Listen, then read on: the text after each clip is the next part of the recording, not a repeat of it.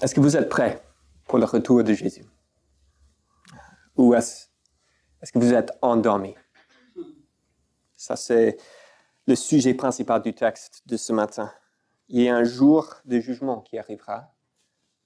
Et ça, en fait, ça, c'est une bonne nouvelle. Ça, c'est une bonne nouvelle parce que notre monde est brisé, marqué par l'injustice, la corruption, la perversion, la guerre et tout type de dysfonctionnement relationnel. Et la promesse de la Bible, c'est que Jésus revienne pour juger le monde et pour restaurer la paix et la justice telle que Dieu souhaitait depuis le commencement. Mais la question, c'est, est-ce que nous sommes prêts? Nous vivons dans un monde qui est endormi. En fait, c'est la tendance humaine de ne pas veiller à ce qui est important, de se laisser distraire, d'appuyer sur snooze, de scroller trop long et se perdre dans notre portable. C'est un peu l'idée du terme woke. Vous connaissez ce terme?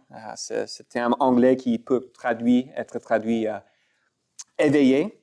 Et dans des cercles progressistes, l'idée originale signifiait d'être conscient, de ne pas être endormi, par rapport à la réalité des injustices systémiques dans le monde, des réalités souvent cachées par les médias, nos politiques, les sociétés industrielles et les lobbyistes. Être woke, c'est ne pas se laisser endormir et tromper sur la réalité des choses. Et bien que je ne suis pas d'accord avec beaucoup de politiques du wokisme, l'idée de base n'est pas fausse. Nous sommes souvent endormis par rapport aux réalités politiques, économiques, environnementales. Mais la Bible constate que tout cela est dû au fait que nous sommes d'abord endormis par rapport aux réalités spirituelles et existentielles. C'est ça le plus grand problème. Et selon Jésus dans ce texte, nous sommes endormis par rapport au royaume de Dieu, le jugement à venir et la réalité de qui il est. Nous pouvons être endormis par rapport au but de la vie, par rapport à notre mortalité. Et donc, c'est pour cela que notre monde est marqué par l'injustice. Et il faut se réveiller. C'est le message de Luc pour nous ce matin. On est au milieu de notre série de prédications sur l'Évangile selon Luc, qu'on a intitulé « Sur les traces du Sauveur ». Et pendant ces derniers chapitres, Jésus est en route vers Jérusalem où il va mourir. Et il enseigne à ses disciples en chemin comment vivre pour Dieu dans un monde hostile à lui. Il a enseigné la priorité d'écouter sa parole et de prier. Et puis, il a enseigné comment gérer plusieurs obstacles qui empêchent de le suivre. L'obstacle de l'incrédulité d'autres, ou l'hypocrisie religieuse, la crainte des hommes qui nous terrent, l'anxiété et les richesses et la cupidité qui pourraient nous distraire.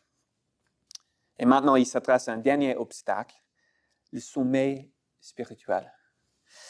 Jésus nous avertit du danger de ne pas être prêt pour le jugement qu'il apportera à la fin du monde. Un jugement qui dit a déjà commencé avec son arrivée et qui devrait être évident pour toute personne attentive. Et avant de se plonger dans ce texte, je veux simplement dire un mot sur le poids du sujet d'aujourd'hui. En fait, ça fait plusieurs semaines à la suite que nous traitons ce sujet de Dieu, que le sujet de jugement plane sur les propos de Jésus. Et il parle de jugement depuis des chapitres. Et au lieu de sauter les parties de la Bible qui nous déplaisent, nous croyons à l'Église Saint-Lazare que la Bible est la parole de Dieu. Et il y a une raison pour laquelle l'Esprit de Dieu a inspiré l'auteur Luc de focaliser sur ce sujet. Et donc, si c'était moi, je n'aurais jamais organisé une suite de prédications sur le jugement. Mais apparemment, c'est ce dont nous avons besoin. Peut-être que le fait que cela nous dérange montre que nous en avons besoin. Et Jésus a osé dire ces choses, et c'est l'une des raisons pour laquelle il a été tué. Mais cela ne veut pas dire qu'il avait tort. Donc, sur cela, on se plonge dans ce texte. Le titre de la prédication, c'est « Gardez-vous du sommeil spirituel ». Avec cette structure pour organiser les pensées de Luc, il nous donne cette instruction, Jésus. « Tenez-vous prêts parce que le jugement arrivera à l'heure où vous ne vous y penserez pas. » Versets 35 à 48. Et puis, il parle du fait que le jugement a déjà commencé. Vous savez qu'il va commencer, qu'il va bientôt arriver. Et donc, réglez vos comptes maintenant. Voilà le message. Cette première partie commence avec plusieurs paraboles qui aident à s'interpréter l'un à l'autre. Tenez-vous prêts parce que le jugement arrivera à l'heure où vous ne vous y penserez pas.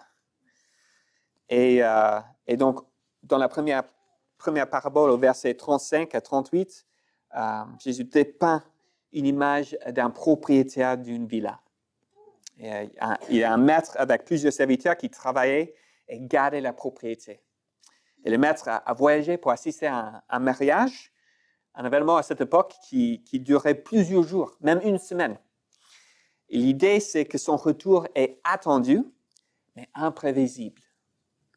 Il pourrait arriver de son long voyage même au milieu de la nuit.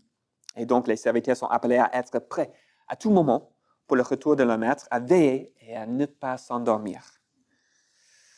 Au verset 35, Jésus dit « Mettez une ceinture à vos reins ». C'est une description de la façon qu'ils attachaient leur longue robe, le vêtement de l'époque, pour être prêts à se déplacer et à courir facilement. Et donc, il les appelle à garder la lampe allumée au cas où le maître arrive pendant la nuit. Puis, on a une deuxième parabole qui commence au verset 39. Et Jésus parle d'un maître qui ne connaît pas l'heure de l'arrivée d'un cambrioleur. Et il résume au verset 40, « Vous aussi, il parle aux disciples, vous aussi tenez-vous prêts, car le Fils de l'homme viendra à l'heure où vous n'y penserez pas. » Et donc, pour comprendre cette parabole, il faut comprendre ce terme « Fils de l'homme ». Jésus a déjà appliqué ce terme messianique à lui-même. Et c'est un terme qui vient du livre du prophète Daniel au chapitre 7 dans l'Ancien Testament, écrit il y a plusieurs centaines d'années avant Jésus. Et là, on lit une prophétie sur l'arrivée de cet fils d'homme. Et voici que sur les nuées du ciel arriva comme un fils d'homme. Il s'avança vers l'ancien des jours et on le fit approcher de lui. On lui donna la domination, l'honneur et la royauté. Et tous les peuples, les nations et les hommes de toutes langues le servirent. Sa domination est une domination éternelle qui ne passera pas et sa royauté ne sera jamais détruite. Donc voilà une image de cette personne choisie par Dieu pour régner sur tous les peuples du terre qui va juger le monde. Et Jésus se prend pour lui. Et donc, lorsqu'on regarde les deux paraboles, on voit que Jésus est le maître qui reviendra et les disciples, l'auditoire de Jésus en ce moment, ils sont ses serviteurs. Il les appelle à être prêts pour son retour pour régner sur toutes les nations. Mais les disciples ne sauront pas l'heure de son retour. Ils sont avertis, c'est le but du deuxième parabole, ils sont appelés à veiller. Et bien que Jésus a déjà parlé du fait qu'il va mourir par la main des autorités religieuses, il va être ressuscité d'entre les morts, ici, dans l'Évangile selon Luc, c'est la première fois qu'il mentionne d'un délai de son retour.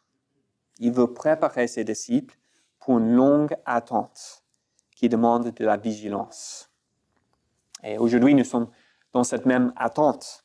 Comme Jésus les a appris à prier, nous attendons à ce que son règne vienne. Personne ne connaît l'heure de son retour. Donc nous sommes appelés à vivre constamment d'une manière qu'il attend avec hâte. Et à quoi cela ressemble-t-il? Et la question au verset 41 de Pierre nous oriente vers cela, vers quelque chose de plus détaillé.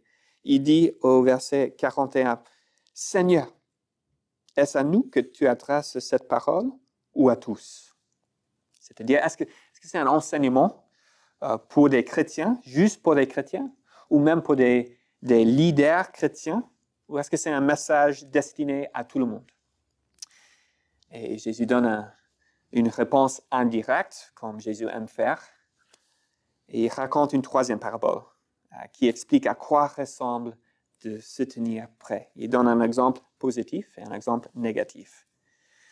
Et sa réponse montre aussi que ces paraboles sont destinées aux disciples et surtout aux responsables du peuple de Dieu, mais il s'applique d'une manière à tout le monde, puisque chaque personne sera redevable devant Dieu pour ce qu'elle a fait avec sa vie. Commençons avec l'exemple positif, le bon serviteur. Verset 42, il est appelé fidèle et prudent. On devrait vivre d'une manière centrée sur ce qui est important. Une vie intentionnelle, cohérente, avec des choix bien réfléchis, avec le royaume de Dieu en priorité. Et on voit qu'il est au service des autres. Il donne aux autres serviteurs la nourriture au moment convenable, c'est-à-dire régulièrement. C'est une image reprise souvent dans la Bible pour parler de l'enseignement de la parole de Dieu. Et Jésus cite pendant sa tentation dans le désert, Deutéronome 8:3, « L'homme ne vit pas de pain seulement, mais de tout ce qui sort de la bouche de l'Éternel. » Et dans Ézéchiel 34 et d'autres lieux dans l'Ancien Testament, les chefs du peuple de Dieu ont été critiqués de ne pas avoir nourri son peuple avec la loi de Dieu. Et donc, les leaders chrétiens devraient se mettre au service des autres en enseignant la Bible régulièrement. Voilà ce que le bon serviteur fait. Et sa récompense, c'est qu'il va être heureux à l'arrivée de son maître. Ce mot est répété plusieurs fois dans ces paraboles. Donc, si le royaume de Dieu, le retour du roi est notre trésor, là sera notre cœur. Et puis le maître servira et fera manger ses serviteurs. C'est une inversion des rôles, de le maître, parce que le maître va venir servir ses serviteurs.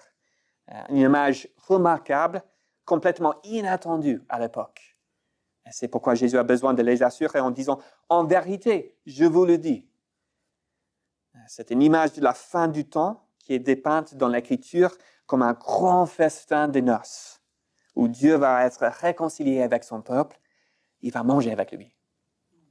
C'est un repas à ne pas manquer, avec de la bonne viande, du meilleur grand cru. Ça va être bien meilleur qu'un Thanksgiving, je vous promets. Et le serviteur fidèle est servi par le maître et invité à sa table pour souper ensemble. C'est beau. Et puis au verset 44, on lit que le bon serviteur sera établi sur tous les biens du maître.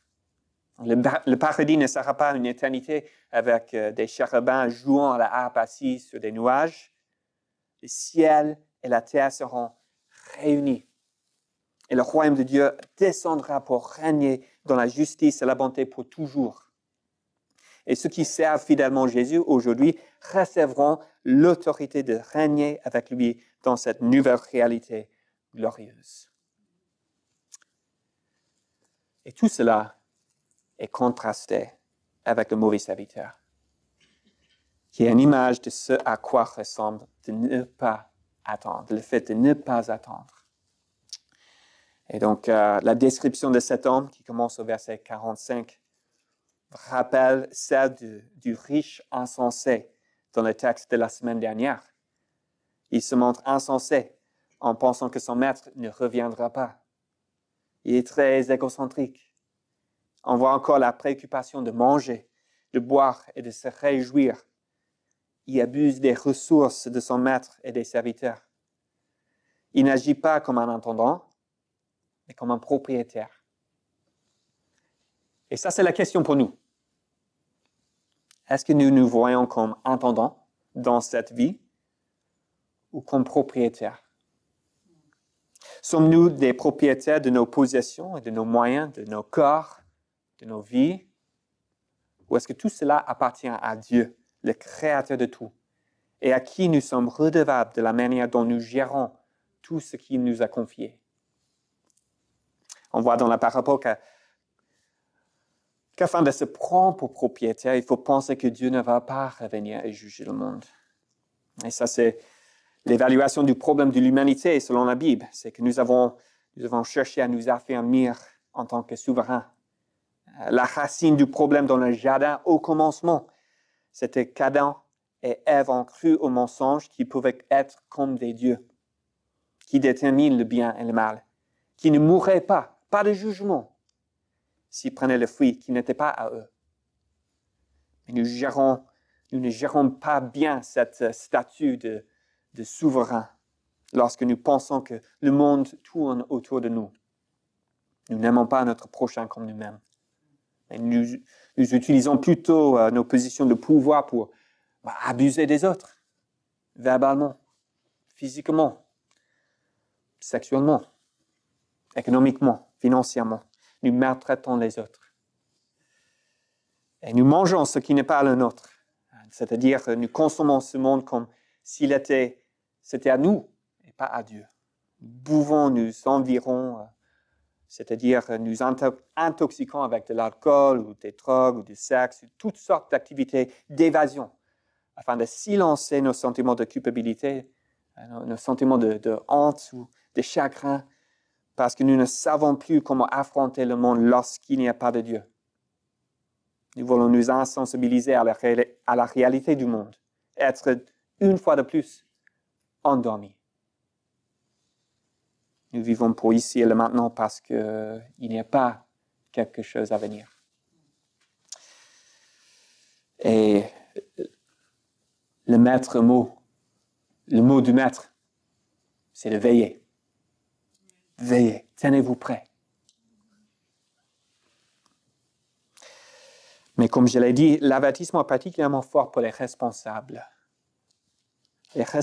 chrétiens. Jésus parle à ses disciples dans le contexte des disputes avec les pharisiens, les chefs religieux de l'époque.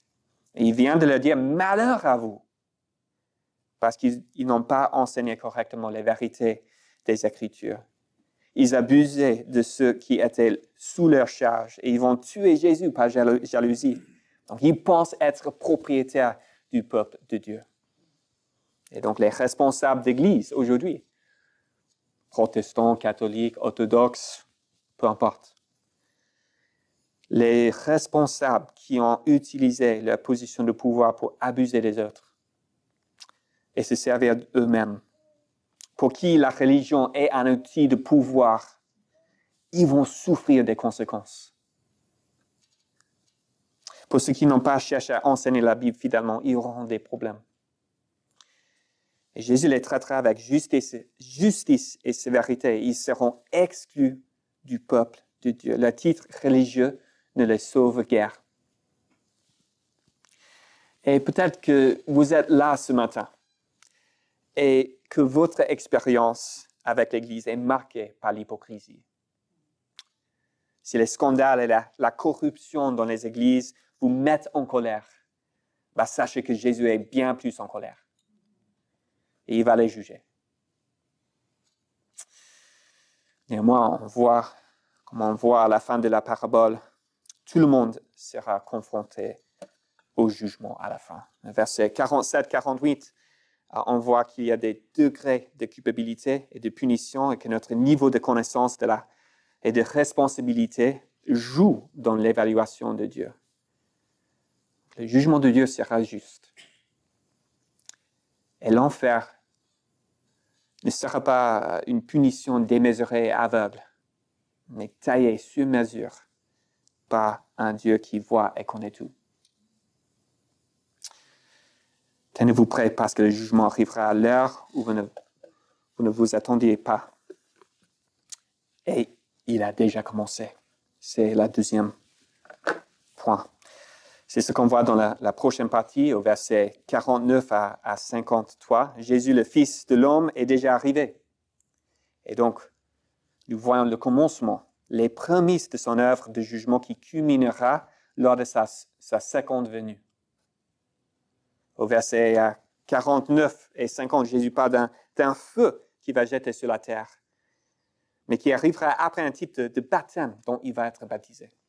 Luc nous a déjà raconté le propos de Jean-Baptiste qui disait de Jésus, « Lui, il vous baptisera d'Esprit Saint et de feu. » Et plus tard, au livre des Actes, Luc nous dit que l'arrivée de l'Esprit sur les disciples se fait avec des langues de feu. Donc, l'envoi du Saint-Esprit, ce feu arrivera après son baptême. Mais de quel baptême parle-t-on puisque Jésus a été déjà baptisé au chapitre 3? Et c'est utile de savoir que, c'est un peu technique, mais le mot « baptiser » en français n'est que la translittération du mot grec « baptizo ». C'est un mot qui signifie être immergé ou submergé. Donc, Jésus parle de sa mort à Jérusalem, où il va être envahi par la catastrophe de la colère de Dieu contre le péché, contre la rébellion de l'humanité. Jésus va souffrir le jugement de Dieu à notre place, afin que nous puissions être pardonnés et réconciliés avec notre Créateur. Et c'est ce qu'il désire ardemment, même si ça lui coûte très cher. Et sans le pardon du péché, tout le monde est coupable devant un Dieu saint. Et la bonne nouvelle de l'Évangile, c'est que Jésus, celui qui n'a jamais péché et qui représente Dieu et l'homme, s'interpose pour que le jugement de Dieu tombe sur lui au lieu de sur nous. Il faut que ça se passe avant qu'il puisse donner son Esprit Saint pour habiter dans des gens pécheurs. Donc voilà, l'Esprit de Dieu vient convaincre du péché et il donne le pouvoir pour vivre pour Dieu, pour dire non au péché, pour vivre d'une manière qui n'est pas égocentrique, mais qui sert aux autres. Mais tout cela crée une division dans ce monde entre ceux qui suivent Dieu et ceux qui ne le font pas. Et si notre allégeance va à Jésus et son royaume, ça va forcément nous mettre de temps en temps à l'encontre à ceux qui le rejettent. Nous aurons la paix avec Dieu et la paix en nous-mêmes. C'est la bonne nouvelle que Jésus nous apporte, mais on va avoir des troubles dans ce monde. Et cette division va jusqu'au sein de nos relations intimes et dans notre famille, des relations qui devraient normalement primer sur nos allégeances, dans nos allégeances. Donc ça, c'est une réalité difficile que plusieurs dans cette salle connaissent, je sais. Ce n'est pas facile. Et souvent, vous voulez ouvrir votre bouche et partager avec vos amis et les membres de votre famille de qui est Jésus et les conséquences de le rejeter. Et ça gêne. Ça crée de la friction, de la division. Et si nous voulons éviter tout conflit à cause de notre foi, c'est parce que nous n'ayons pas une vision de Jésus qui aligne avec celle du Jésus de la Bible. La division commence maintenant et c'est la preuve d'une division, d'un jugement qui arrivera dans l'avenir. Et c'est un jugement qui, d'une façon, tout le monde sait, allait bientôt arriver. C'est le prochain point. Le jugement a déjà commencé. Vous savez qu'il va bientôt arriver. Jésus se tourne de ses disciples vers les foules qui l'entourent et qui l'écoutent. C'est une foule qui, malgré leur intérêt actuel, va se tourner contre lui à Jérusalem et qui criera pour sa crucifixion en quelques jours, quelques mois. Jésus leur dit que bien qu'ils nient une connaissance du jugement à venir, ils sont malhonnêtes dans leurs propos. Et son argument est que puisqu'ils sont assez intelligents pour prédire les événements météorologiques, ce qui est vraiment typique dans cette région, ils sont assez intelligents pour prédire le jugement qui arrivera bientôt. Et tout ce que Jésus fait montre qu'il est le Fils de l'homme. Et sa présence est le signe des événements à venir. Il est l'accomplissement de toutes ces prophéties qu'ils connaissent. Donc, prétendre qu'ils ne savent pas est tout simplement de l'hypocrisie. Ils font semblant. Et c'est un argument déjà utilisé avec les pharisiens, il y a quelques chapitres, lorsqu'ils disaient qu'ils ne pouvaient pas croire en Jésus sans plus de signes miraculeux, malgré tous les miracles et guérisons qu'il a déjà opérés. Jésus sait qu'ils ont déjà suffisamment de preuves pour y croire. Ils ne voulaient pas. C'est le simple problème. Si l'identité de Jésus était claire au 1er siècle, combien plus est-elle pour nous au 21e siècle? N'est-ce pas que la Bible est traduite et imprimée dans des milliers de langues pour que n'importe qui puisse analyser les informations de Jésus? N'avons-nous pas le pouvoir de l'Internet, même de l'IA, pour aider nos recherches? Si c'est une question qui vraiment nous préoccupe, je dirais on a les moyens pour faire la recherche. Nous ne pouvons pas voir l'impact extraordinaire et démesuré, inégal que Jésus a eu sur l'histoire. Ce paysan galiléen qui a été tué d'une manière tellement honteuse et qui est devenu, contre toute attente, le Dieu le plus vénéré dans le monde. Ça n'a pas de sens. Ne pouvons-nous pas voir l'influence incroyable qu'il a eu sur les domaines de la philosophie, du droit, des politiques, des arts? C'est bizarre, non?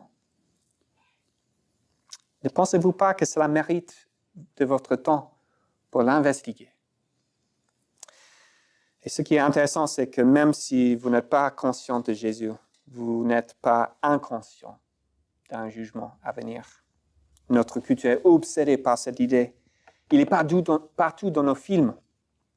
Chaque année sortent plusieurs nouveaux films dystopiques où la fin du monde arrive. Nous sommes passionnés par les films super-héros qui nous racontent des figures puissantes, des Avengers, les gens qui vont venger, qui viennent vaincre le mal et sauver le monde. Nous aspirons tous à la justice dans ce monde injuste. Et nous sommes hantés par de nombreuses choses que nous n'avons pas faites et que nous avons faites dans le passé. La conscience humaine sait qu'il y a un jugement. Et la présence de Jésus est la confirmation que l'heure approche. Réveillez-vous. Réveillez-vous.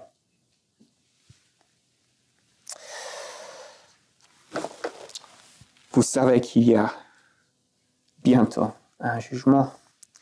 Donc, réglez vos comptes maintenant. C'est l'appel de cette dernière parabole qui nous raconte d'un litige. Dans la plupart des cas, il est sage de régler les litiges à l'amiable. On a plusieurs avocats dans la salle, vous le savez bien. Et surtout si vous savez que vous êtes coupable. Le problème est que trop souvent les gens se font des illusions en pensant que ce n'est pas le cas. Et puis ils souffrent des conséquences de leur folie.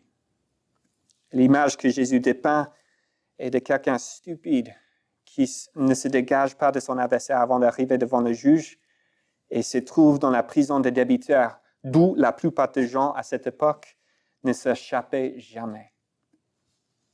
Et Dieu, il est l'adversaire. Il est le procureur de l'État qui poursuit nos crimes. Et Jésus est le juge qui nous tient pour coupables. Et nous sommes tous en chemin vers le tribunal. Maintenant, c'est le moment d'être réconcilié avec Dieu.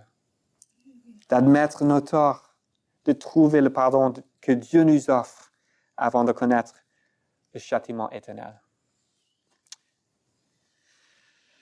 Je veux finir avec une petite histoire. Il y a quelques semaines, j'étais en chemin pour rentrer chez moi en vélo. C'était juste après avoir bu une boisson avec un ami dans le coin. Et la route était glissante.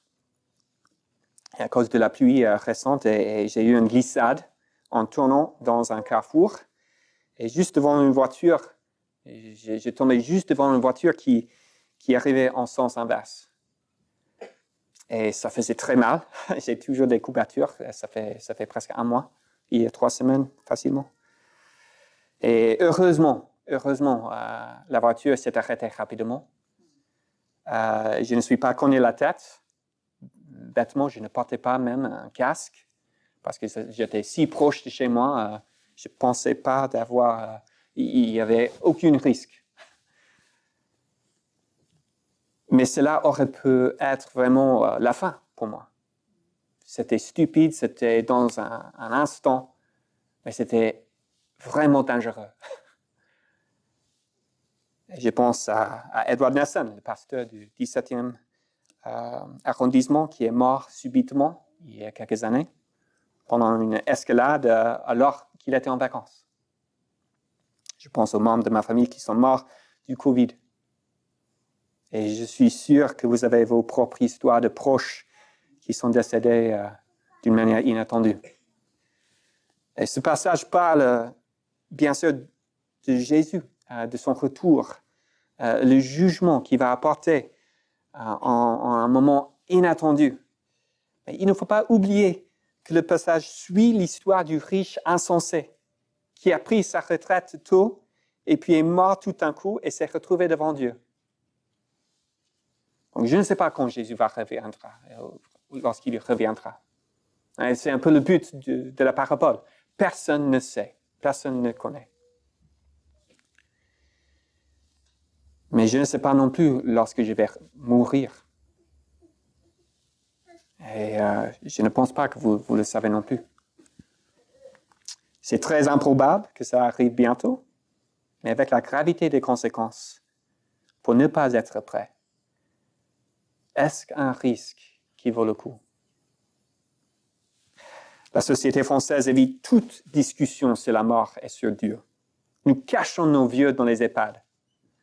J'avais un ami récemment qui m'a dit, il a quitté Paris pour déménager dans la campagne, il m'a dit, Paris est façonné pour nous faire perdre, pour nous faire oublier ce qui est la vraie vie. On enchaîne le boulot, métro, dodo, et puis des soirées et des sorties et des boîtes de nuit, et puis des films, des activités sans cesse. Et on n'est jamais tout seul avec nos pensées pour réfléchir, pour penser à ce qui vraiment compte, qui compte vraiment. Peu de sociétés se forcent à ce point d'ignorer la question existentielle majeure de ce qui se passe après la mort. Et c'est comme si nous étions tous endormis. Et l'appel de Jésus, c'est de réveillez-vous, de rester focus, de veiller à ce qui est important, l'arrivée de notre Créateur. Il faut être woke à cette réalité qui arrivera bientôt. Donc la vie va trop vite pour retarder cette question. Et un clin d'œil, nous serons tous devant Dieu. Je ne dis pas cela avec la légèreté. Je veux simplement livrer le message de Jésus. Moi, je n'ai pas écrit ce message. Je suis juste la poste. Et j'espère que vous le recevez avec des cœurs fertiles et sensibles. Je prie.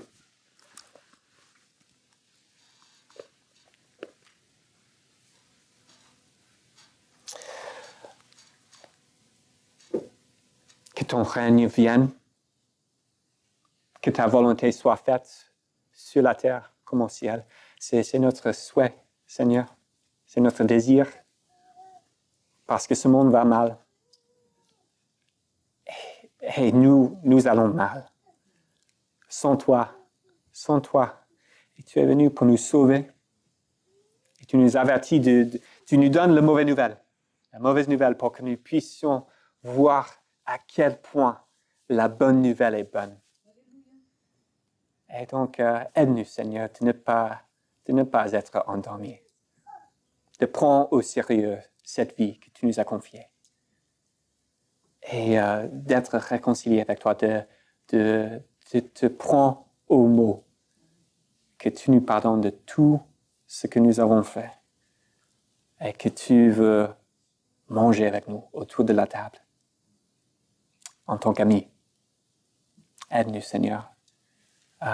Aide-nous de prendre au sérieux, de mettre ton royaume en priorité d'abord et de faire confiance pour le reste. Amen.